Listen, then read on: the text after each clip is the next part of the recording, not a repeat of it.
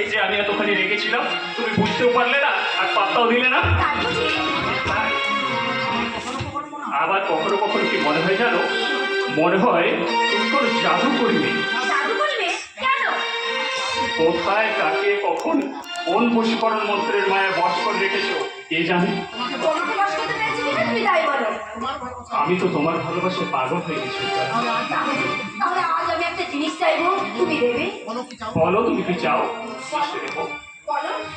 তুমি দেবে কিনা, কথা দাও। কথা দিলাম।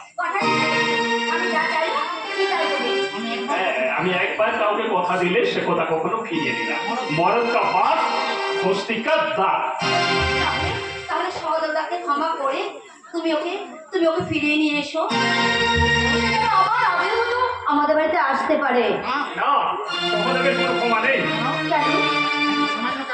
একটা সামান্য কারণে তোমাদের এত দিনের সম্পর্ক নষ্ট হয়ে যাবে কেন? তাহলে তোমার তো মাথা ব্যথা কেন?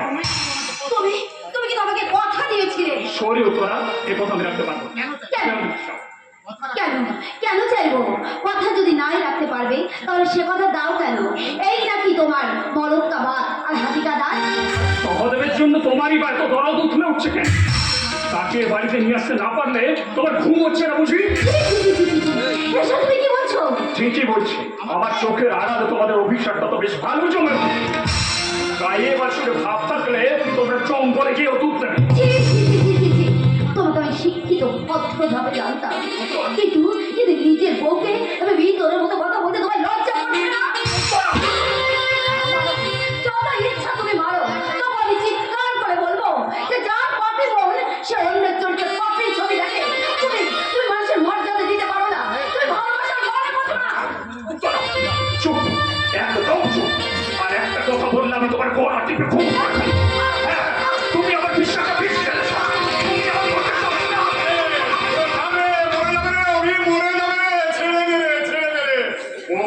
তুমি আমার কাছে এসো মা, তুমি আমার কাছে এসো।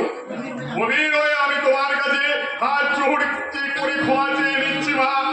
মা, যে সংসারে মা লক্ষ্মীরা সম্মান পায় না সে সংসারটি সারকার হয়ে যায়, সারকার হয়ে যায়। যাবে না যাবে, আমি বেশ বুঝতে পারছি। মুখোশের আমাদের কোনো এক শয়তান আমাদের এই সুখের সংসারটাকে কালকে উঠে বিষ ছেড়ে দিচ্ছে। সেই বিষে আমাদের সম্পর্কটা বদলে যাবে, ভালোবাসার ফুলটা শুকিয়ে কালো হয়ে যাবে, আর আমার এই শীতের সিঁদুরটা ভেসে যাবে রক্ত নদীর ধারায়। নিজের দাদার মান সম্মানের কথাটা একবার ভাবলে না? ওকে দোষ দিস না রে গোদায়, ওকে দোষ দিস না। ওর জায়গায় থাকলে আমি হয়তো একই ভুলটাই করতাম। বিশেষ করে সহদেবের আগেও যা কাণ্ড কারখানা করেছে, ওর কেচ্ছা কেলেঙ্কারির কথা তুই তো জানিস। কেচ্ছা মানে সহদেব কি করেছে? এই বছর পাঁচেক আগে না থাক না থাকবে না, বলো তুমি সে কি করেছে? সেবার ওই কমলপুরের একটা মেয়ে, বাদ দে কথা বাদ দে। চুপ করে থাকো, বলো তুমি। না আমি কেন যে এসব কথা বলতে গেলাম আমার কিচ্ছু মনে নেই, আমি সব ভুলে গেছি। দাদা তুমি বলো, আমি তোমাকে বলতেই আমি শুনতে চাই। কি বলবো বল? তুই তো অনেক জায়গায় কলকাতায় গেছিস, সহদেব গেছে তার থেকে অনেকটাই পরে। সেই সময় হচ্ছে এই অঞ্চলে না, তার আগে তুই আমার হাত দিয়ে প্রতিজ্ঞা কর, আমার কাজে প্রতিজ্ঞা কর, এই কথা তুই সহদেবের জীবনে কোনোদিন বলবি। আমি তোমার কাজ হয়ে কথা দিলাম, এই কথা আমি সহদেবকে কখনো বলবো না, হয়েছে? এবার বল। সহদেব সেই সময় এই অঞ্চলের অনেক মেয়েকে গান শেখাবার নাম করে তাদের সঙ্গে 2 নম্বরই কারবার করত। এবার তো কমলপুর গ্রামের একটা মেয়ে গর্ভবতী হয়ে পড়েছিল। কমলপুর আর এই পরাতমণি গ্রামের মধ্যে একেবারে দঙ্গা ভেজা ঝামেলা হওয়ার উপক্রম। আমি মধ্যস্থতা করে ওই মেয়েটার হাসপাতালের খরচ আর কিছু ক্ষতিপূরণ দিয়ে সহদেবকে কলকাতায় পাঠিয়ে দিলাম। তবে উত্তরা মানে আমাদের বৌমা বড্ড ভালো। 100 বার রে কোথায়, 100 বার। বৌমার চরিত্রে আমার কোনো দোষ নেই। সব মেয়ে মানুষই তবে সমান হয় না, বুঝলি রে? ওই বাম্মা দেখ, ওই মেয়েটাকে ছোটবেলা থেকে কত আদর যত্ন স্নেহ ভালোবাসা দিয়ে মানুষ করে, তারপর 2 দিনের ভালোবাসায় ওই বাপ-মাকে লাথি মেরে ওই মনের মানুষের হাত ধরে ঘর ছেড়ে পালিয়ে যায়। আর নিজের বাপ মাকে লাথি পারে, তারা নিজের স্বামীকে লাথি মারতে পারে। কিন্তু বৌমা আমাদের বড্ড ভালো মেয়ে রে, তবে বড্ড সহজ সরল এবং ওকে ঠকানোটা খুব সহজ, বুঝেছিস বোধহয়? উত্তরাকে ঠকানো সহজ হলে আমাকে ঠকানো কিন্তু অতটা সহজ নয়। আমি উত্তরাকে প্রাণের চেয়েও বেশি ভালোবাসি, আর সেই ভালোবাসা নিয়ে যদি কেউ খেলা করতে চায় তাহলে তার রক্ত নিয়েই আমি সেই হ্যাঁ রক্ত নিয়ে সে খেলাটা শেষ করব। খেলা শেষ নয়, খেলা শেষ নয়, খেলা তো সবে মাত্র শুরু হয়েছে। এর পরের চালটা কি হবে বলতো কোথায়? ঘরের চালটা তো আমি পকেটে করে নিয়ে এসেছি মামা বাবু, উত্তরার হাতের এই ঘড়ি। আমার সঙ্গে থাকতে থাকতে তোর বুদ্ধিটাও দেখছি একেবারে সার্প হয়ে গেছে, বুঝেছিস?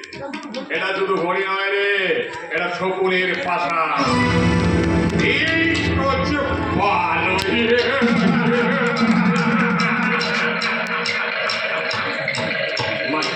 কালকে উঠে খবর, মানে একেবারে ডেট সার্টিফিকেট।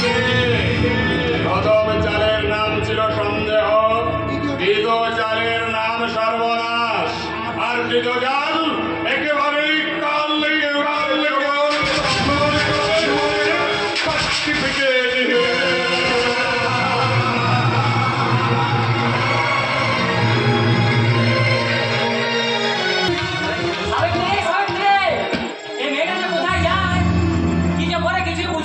সবাইকে ঝামেলা ফেলে দেবে। সাবিত্রী, সাবিত্রী, আরে সাবিত্রী, সাবিত্রী, সাবিত্রী, শালা এই সাবিত্রী কি তোমার ঘরের বউ নাকি, যে সব সময় চোখের সামনে না দেখলে একবার থাকতে পারো না? আর বিয়ে করা বউ হলে বাবা দেওয়া করে একটা মেয়ে সালে ফালতু কথা বলেছি না। বাবু তোদের গায়ে পুজো রাখার জন্য আমাকে মাইনে দিয়ে রেখেছে। নাই নাকি? তুমি পয়সা পাও বলে আমাকে কি সবসময় তোমার কোলে বসে থাকতে হবে নাকি? এত মেজাজ দিয়ে কথা বলেছি না। বাবুর কানে কথা গেলে একটু বিপদে পড়ে যাবে। এই শোন, বাবু বাবু করে আর ভয় দেখাস না, বলে দিচ্ছি। একটা কথা মনে রাখবি, মরা যখন শ্মশানে আসে তখন আগুনকে মরা কখনো ভয় পায় না।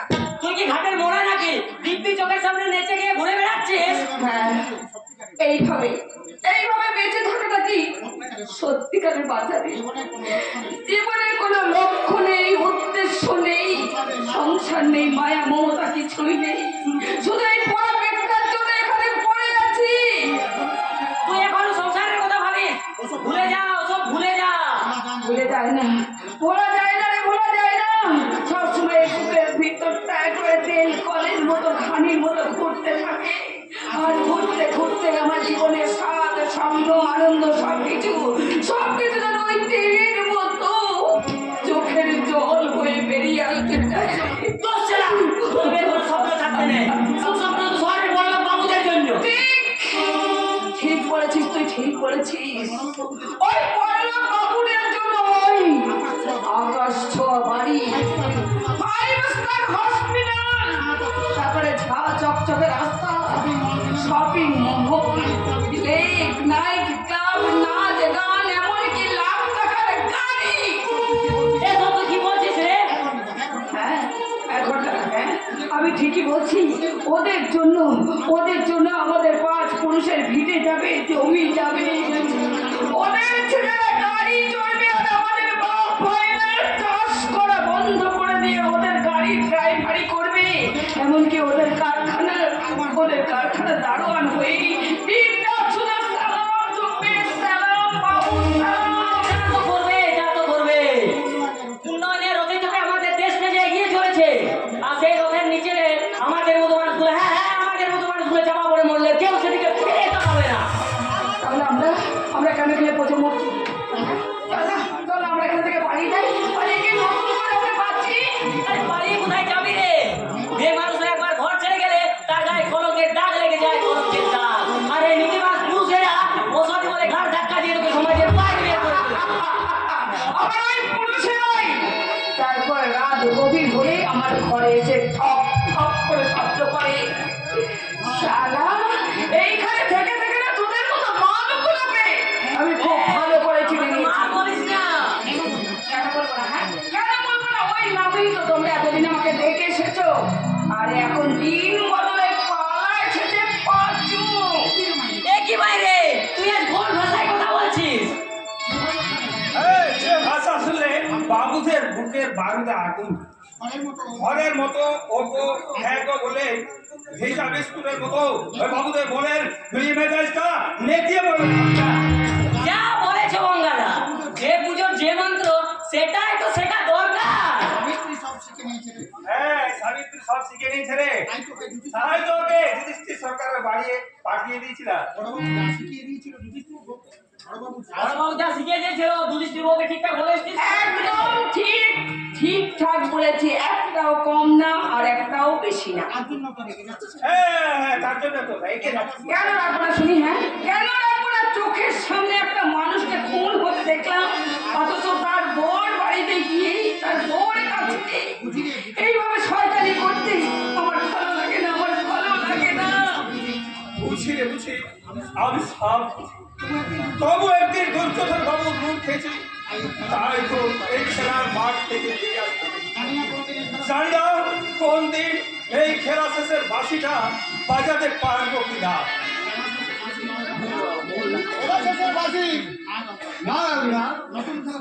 নতুন খেলা শুরু হবে বলে বাঁশি হাতে এই সামনে তোমার দৈন্য বলে এসে উপস্থিত হয়েছে। আরে এসো এসো এসো। সান্তবাবু এসো, এতদিন পরে আমাদের কথা বুঝি মনে পড়ে। তোমার কথা কি ভোলা যায়, কিন্তু কি করবো বল, এবার যে 3 বছরের জন্য জেলে যেতে হয়েছিল। 3 বছর জেলে খেটেছো, তা বউয়ের খালাস খেলে সেবাদা? এই দিন আমি ওই তারেই খলাস পেয়েছি। আরে দীর্ঘদিন বাইরে থেকে ঘন্টা আমার একবারে হাঁপিয়ে উঠছে। কেন কেন হাঁপিয়ে উঠেছে কেন? আপাবো না, 8 বছর বয়সে আমি প্রথম জেলে গিয়েছিলাম। তারপর 28 বছর 8 মাস বাইরে আমি থাকি। এই 2-10 দিনের মধ্যে আমার একটা চুরি জোর চুরি করে আবার আমাকে জেলে যেতে হবে। বাবা জেল তোমারখানে এত তোমার ভালো লাগে না? থাকবে না, জেলখানাই তো আমার জীবন। ওখানকার সব সেবাইরা আমার আত্মীয় স্বজন মতো। আমার নামে যত জিনিসপত্র আছে সবাই জেলখানার নামেতেই আছে। তুমি সেবাদা আজব লোক মায়েরে, অন্য সব কয়দিনা বাইরে আসার জন্য কাঁদে, আর তুমি কি না? শোন, শোন। বাইরে এলে তো এই পেটের ধান্দায় পাগল হয়ে যেতে হয়। ওখানে দুবেলা খাওয়া দাওয়া ফ্রি, এছাড়া কম্বল, মাথার উপরে ফ্যান, ওষুধ করতে হাসপাতাল সব ফ্রি। আজকাল তো জেলার ভেতর ফুটবল খেলা হচ্ছে, ফাংশন হচ্ছে, স্বাধীনতা দিবসে বড় বড় মন্ত্রী নেতারা এসে পিকনিক হচ্ছে। ওখানকার মজাই আলাদা। কিন্তু আপনি 8 বছর আগে জেলে গিয়েছিলেন কেন? আমার বাবা ছিল 3 বছর, আর ওকে ছিল যক্ষা রোগ। হঠাৎ একদিন মনের জমিতে চাষ করতে গিয়ে রোগ ঠকরে পড়লো, আর সরকারি পয়সা ছিল না আমার কাছে। ওই দুর্যোধন বাবুর কাছে আমি ছুটে গিয়েছিলাম। বাবু বললো পয়সা দেবো, তার বদলে আমাকে জেল করতে। জেল খাটতে হবে মানে? বাবুর দোয়ের ছেলেরা তার বাড়িতে গিয়ে বোমা মেরেছে। আমি আনন্দে গিয়ে বলেছিলাম আমি বোমা মেরেছি। বাবুর ছেলেরা খারাপ পেয়ে গেছে, আমি জেলে গেলাম। ওই বাবুর টাকায় আমার সংস্কার হলো। আর সেই থেকে অন্যের হয়ে জেল খাটাটাই আমার এখন পেশা হয়ে যায়। তাই তো বাবু ডাকলে আমি আবার এখানে ছুটে এসেছি। তার মানে তুমি আবার জেলে যাবে সেবাদা? জেল না রে, জেল না, ওটাই আমার বাড়ি। এই ওদের বাড়িটাতে আজ এত ফুল তুল দিয়ে সাজিয়েছিস কেন? কোনো বৈষম্য আছে না? হ্যাঁ এই ধাবার 3 তলায় আমি একটা বীজ পয়লা করেছি, আজ বাবু এসে সেটা উদ্বোধন করবে। ওই তো বাবু এসে গেছে, তার আগে কেসের লোকন চলে এসেছে। প্রধান বাংলার সমস্ত দর্শকবৃন্দ, আমরা এখন আপনাদের নিয়ে এসেছি বিখ্যাত গঙ্গা নামের ধাবায়। আজ এখানে বিউটি পার্লার চালু হবে। মাননীয় এমএলএ সাহেব সেই দুর্যোধন পাল সেই বিউটি পার্লার উদ্বোধন করবে। প্রধান বাংলার তরফ থেকে আমরা এমএলএ সাহেবকে সাদর আমন্ত্রণ জানাচ্ছি।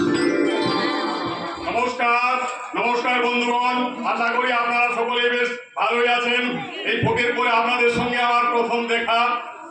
তা কি সাংবাদিক ভাই, জয় জনগণ, জয় জনগণ। বলছি তোমাদের টিভি চ্যানেলে শুধু ওই মেয়ে ছেলের মুখগুলো দেখালেই হবে নাকি? আমাদের মতো নেতা মন্ত্রীদের মুখগুলো দেখাও, দেশটাকে জাগাও। আমি তো কবে থেকে আপনার সাক্ষাৎকার নিতে চাইছি স্যার, কিন্তু আপনি এমএলএ হওয়ার পর থেকে আপনার ধারে কাছে আমি ঘেসে উঠতে পারছি না, তাই তো এখানে ছুটে চলে এসেছি। বাবা বাবা, বেশ ভালো করেছো। তা বলো, আমার কাছে কি জানতে চাও? ভোটের আগে সাধারণ পোশাকে আপনি তো সর্বহারার মতো থাকতেন, আজ এমন রংবাহারি পোশাকে আপনি এমন সাজিয়েছেন কেন? আরে ভাই, বিউটি পার্লারের উদ্বোধন বলে কথা, এখন বিউটিফুল সাজতে হবে। হাততালি। ও আচ্ছা, যে জনগণ আপনাকে ভোট দিয়ে এমএলএ বানিয়েছে সেটার পর আপনি তাদের জন্য কি ভাবছেন? একবার যখন এই জনগণ আমাকে ভোট দিয়ে এমএলএ বানিয়ে দিয়েছে, তখন এই জনগণের পেছনে আমি থামলেন কেন? বলুন, এই জনগণের পেছনে আপনি? আরে ভাই, তা নয়, জনগণের পেছনে আমি থাকবো, অর্থাৎ জনগণ আগে আমি পেছনে, জনগণ আগে। জয় জনগণ। জয় জনগণ। এই দেশের মঙ্গলের জন্য আপনার ভবিষ্যৎ পরিকল্পনা কি? এই দেশের মঙ্গলের জন্য আমার ভবিষ্যৎ পরিকল্পনা হলো নেতাদের জন্য পরিবার পরিকল্পনা। ব্যাপারটা একটু বুঝিয়ে বলবেন স্যার। এদেশে মশা মাছির মতো নেতা জন্মাচ্ছে, রোগা নেতা, মোটা নেতা, টেকো নেতা, বেতো নেতা, পাতলা নেতা, লম্বা নেতা। অধিক সন্ন্যাসে যেমন গাজন নষ্ট, তেমনি অতি নেতাতে ও জনগণের কষ্ট। অতি নেতাতে জনগণের কষ্ট। তাই নেতাদের জন্ম রোধ করতে হবে। পরিবার প্রতি না, দল প্রতি এক ইয়া তো। কিন্তু সেটা করবেন কি করে? মানুষ তো আর নেতা হয়ে জন্মায় না, জন্মের পর থেকেই তো নেতা হয়ে যায়। তাই তো ওই নেতাদের জন্য একটা এন্ট্রান্স পরীক্ষার বন্দোবস্ত করে রেখেছি। তাতে বেশ কিছু বিষয়ে পাস করলে তবেই সে নেতা হতে পারবে। সেই বিষয়গুলি কি বলুন তো? ভাষণ দিয়ে, বক্তৃতা দিয়ে এই মানুষকে বলিয়ে রাখতে হবে। নানা রকম প্রতিশ্রুতি ভোটের আগে দিতে হবে, আর ভোটের আগে পরে সেগুলো বেমালুম বলে যেতে হবে। জনগণকে ছোট ছোট দলে ভাগ করে দিয়ে তাদের মধ্যে ঝগড়া ফেসাদ দাঙ্গা লাগিয়ে দিতে হবে। বাহ, চমৎকার! মাননীয় দুর্যোধন বাবু কিভাবে ব্যঙ্গের ছলে রাজনীতির অসারতা বুঝিয়ে দিলেন। আপাতত তার মূল্যবান সময় নষ্ট না করে আমি আপনাদের সবাইকে সোশ্যাল বাংলার তরফ থেকে স্টুডিওতে ফিরিয়ে নিয়ে যাচ্ছি। নমস্কার।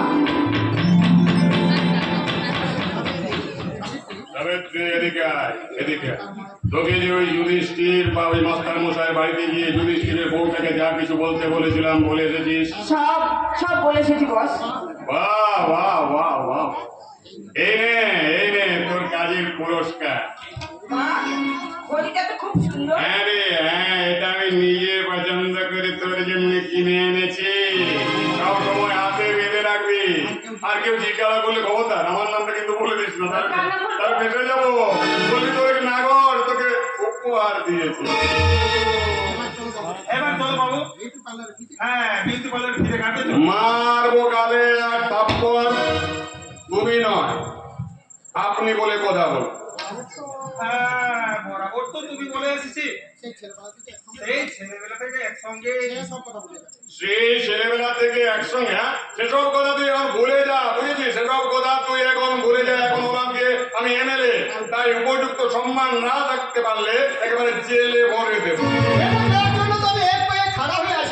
আরে হ্যাঁ, তো তুমি কখন? গঙ্গা, তোরা সবাই উপরে যা, আমি সামচাঁদের সঙ্গে কিছু সলা পরামর্শ করে এক্ষুনি আমি আসছি। ঠিক আছে বাবু। শুভুরি, ঠিক আছে এমএলএ বাবু। এবার কি কাজ বাবু? কাজটা খুব সামান্য, বুঝেছিস? ওই সমাজকে 1 বছরের জন্য তোকে জেলে যেতে হবে। তাতে কি আছে? ঘরে বসে থাকার চেয়ে অনেক ভালো।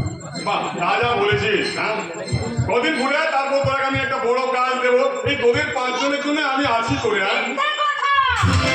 আপনি মিথ্যা কথা বলছেন। মানুষের মঙ্গলের জন্য আপনি কোনোদিন কিছু করেননি, আর আজও করবেন না। কেন করবো না মা, কেন করবো না? তোমাদের ভোটে জিতে তো আমি এমএলএ হয়েছি, তাই তুমি একেবারে নিশ্চিন্তে তোমার সব দুঃখ কষ্টের কথা আমাকে খুলে বলো। বলে বলে কি লাভ? আপনি তো কিচ্ছু করবেন না। বলুন বলুন আমার স্বামী কোথায় আছে, কোথায় রেখেছেন তাকে? আজ আমার সব কথার জবাব আপনাকে দিতেই হবে। এমএলএ সাহেবকে চোখ রাঙিয়ে কথা বলবেন না। বেরিয়ে যান, বেরিয়ে যান। না, আমি যাবো না, আমি কিছুতেই যাবো না। বলুন আমার স্বামী কোথায় আছে, ফিরিয়ে দিন আমার স্বামীকে, আমার কাছে ফিরিয়ে দিন। আরেকটা কথা বললে আমি কিন্তু আপনাকে অ্যারেস্ট করতে বাধ্য হব। চুপ, একদম চুপ। আমার জনগণ আমার কাছে এসেছে তার সমস্ত দুঃখের কথা, অভাব অভিযোগের কথা জানাতে, আর তুমি তাকে লাঠি দেখাচ্ছ? ওই লাঠি আমি তোমার পেছনে নিয়ে না, মানে না না না। বলো মা, বলো, তোমার যা বলার আছে তুমি নিশ্চিন্তে আমার কাছে বলো। আর আমি কিচ্ছু বলতে চাই না, শুধু আমার স্বামীকে ফিরে পেতে চাই। আমি আমার স্বামীকে আমার কাছে ফিরে পেতে হ্যাঁ, চাই। পরাজয়, তুমি না পুলিশ ইন্সপেক্টর, হারানো জিনিস খুঁজে বার করায় তোমার কাজ। তুমি ওর স্বামীকে খুঁজে বের করে দাও। কাকে খুঁজে বার করবো স্যার? ও স্বামী তো উগ্রপন্থী হয়ে কবেই পালিয়ে গেছে। সব তোমাদের ষড়যন্ত্র। আমি জানি সে এখানে এসেছিল আর এখান থেকে সে নিখোঁজ হয়ে গেছে। এই ধাবার মধ্যে লুকিয়ে আছে সব রহস্যের সমাধান। পরাজয়, তাহলে তুমি ওকে সঙ্গে নিয়ে এই ধাবাটা পুরো সার্চ করে দেখিয়ে দাও। ধাবা সার্চ করতে গেলে তো স্যার ওয়ারেন্ট লাগবে। কেন ওয়ারেন্টি করে বসে থাকবেন না? চলুন চলুন, আমাকে দয়া করে সেখানে নিয়ে চলুন। তা হয় না ম্যাডাম, পুলিশ কর্মচারী হয়ে বেআইনি কাজ তো আমি করতে পারি না। দুর্যোধন বাবু, আপনি অন্তত কিছু একটা করুন। আমাদের আদর্শের অমিল থাকলো আমি জোর হাত করে বলছি, এই অসহায় নারীর চোখের জলকে আপনি অবহেলা করবেন না। আপনি অবহেলা করবেন না। আর একটি কথা বললেও আমার দুচোখ দিয়ে একেবারে গঙ্গা যমুনা বেরোতে শুরু করবে। হ্যাঁ, আর কোনো কথা নাই। চলো চলো মা, তোমাকে আমি ধাবার ভেতরে নিয়ে যাচ্ছি। এসো, আমার হাতটা ধরো। না না, ধরতে হবে না, আমি একাই যেতে পারবো। আচ্ছা, তোমার নাম তো পাঞ্চালী। পাঞ্চালিকার নাম জানো? জানি, দ্রৌপদী। তুমি যদি দ্রৌপদী হও তাহলে আমি কে? দুর্যোধন। দুর্যোধন, তাই তুমি যদি আমার হাতটা না ধরো তাহলে আমাকে তো তোমার হাতটা ধরতে হবে।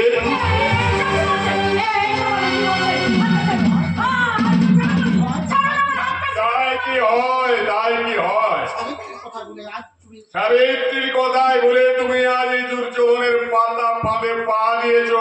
এখন এই কলি দুর্যোধনের কাছে কলির দ্রৌপদী পত্র হবে।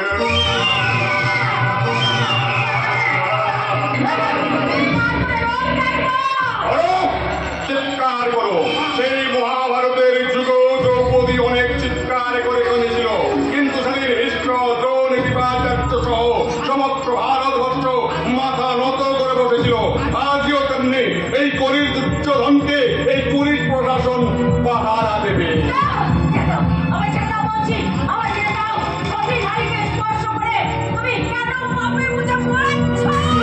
ধরে ধরে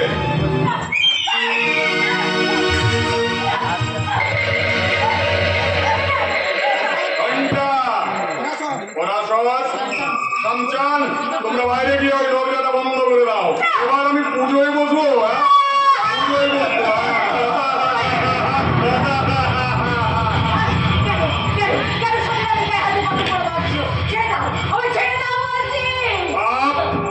এই দুর্যোধনের পুরো শরীরটা একটা পাপের পাহাড়। এইভাবে পাহাড়টা চূর্ণ বিচূর্ণ হয়ে তোমার এই সুন্দর দেহটাকে ভাসিয়ে নিয়ে যাবে।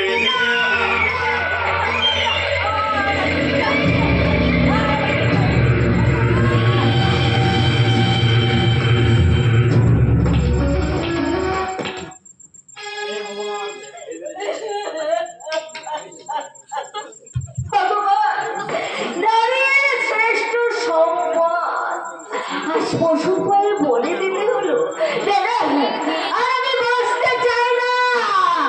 আমি আত্মহত্যা করে আমার এই পবিত্র দেহ থেকে খুঁজে নেব মুক্তি। না, পালাবার চেষ্টা করবে না। তোমার নাগরকে ধরেছি, এবার তোমার পালা। আমার কোনো দোষ নেই স্যার, এই বিশ্বাস করুন।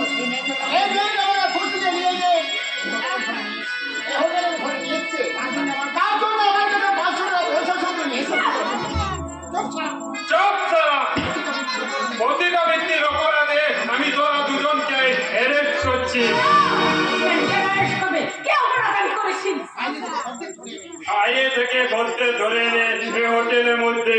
ভিত্তি করছে। তোমার এসব ষড়যন্ত্র। ওই জানোয়ারটা আমার সর্বনাশ করেছেন। আর তুমি আমার মান সম্মান নিয়ে নিলামে করতে চাইছো। আরে সালি, সেদিন তুই আমার মা বোনের ইজ্জত নিয়ে গালাগালি করিস। তোর ইজ্জত আমি কেমন ঢেলে দেবো?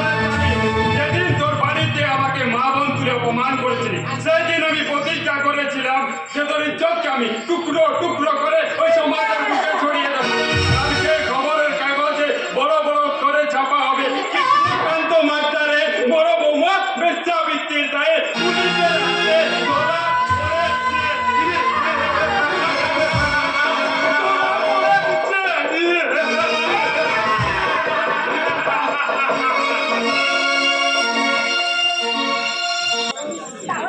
তাহলে তুমি তোমার নিজের ভুলটা এবার নিশ্চয়ই বুঝতে পেরেছো। তাহলে এবার সর্বজনীন ক্ষমা করে দাও। আমাকে আর কয়েকটা দিন সময় দেবো তোরা। যার দিক থেকে আসল কথা শুনছি, কোনটা বিশ্বাস করবো কোনটা করবো না কিছু বুঝতে পারছি না। অন্যের উপর বিশ্বাস করতে গিয়ে নিজের বিশ্বাসটাকে তুমি হারিয়ে যেতে দিও না। দেবো না। তাই তো সবার আগে আমি সেদিনের ব্যবহারের জন্য তোমার কাছে ক্ষমা চাইছি। তোমার ক্ষমা চাইতে হবে না। আমি বেশ বুঝতে পারছি, নিশ্চয়ই তুমি সেদিন অন্য কোনো কিছু মনে করে এরকম অবুঝ হয়ে উঠেছিলে। আমি তোমাকে ভালোবাসি, ভীষণ ভীষণ ভালোবাসি। তাই তো আমাদের ভালোবাসার মাঝে আমি এতটুকু প্রহরের ছায়া সহ্য করতে পারি। আমাদের দুজনের মধ্যে কোনো আলো ছায়ার খেলা নেই, আছে শুধু ভালোবাসা। আমি সেটা জানি, তাই তো তোমাকে লাখ টাকার উপহার দিয়েও আমার মন করে নিল। আরো কত কিছু যে দিতে চাই তোমাকে আমার মন, আর এইভাবে আমার বুকের মাঝে আটকে রাখতে চাই। আর আমি বলতে চাই তোমারই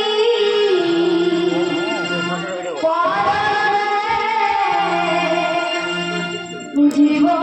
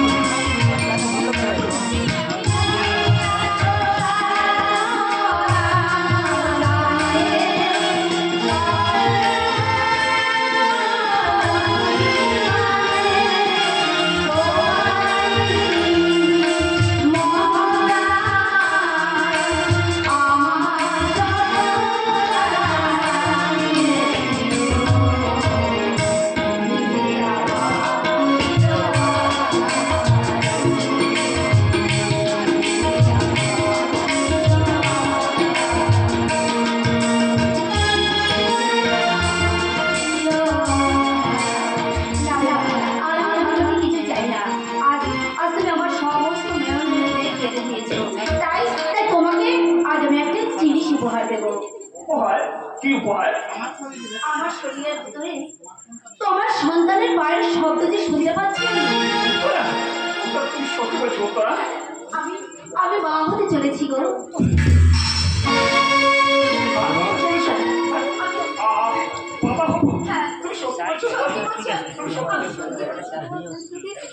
কিন্তু সেবার ওই কমলপুর গ্রামের একটা মেয়ে গর্ভবতী হয়ে পড়েছিল, তাতে সহদেবীর নামটাও জড়িয়েছিল।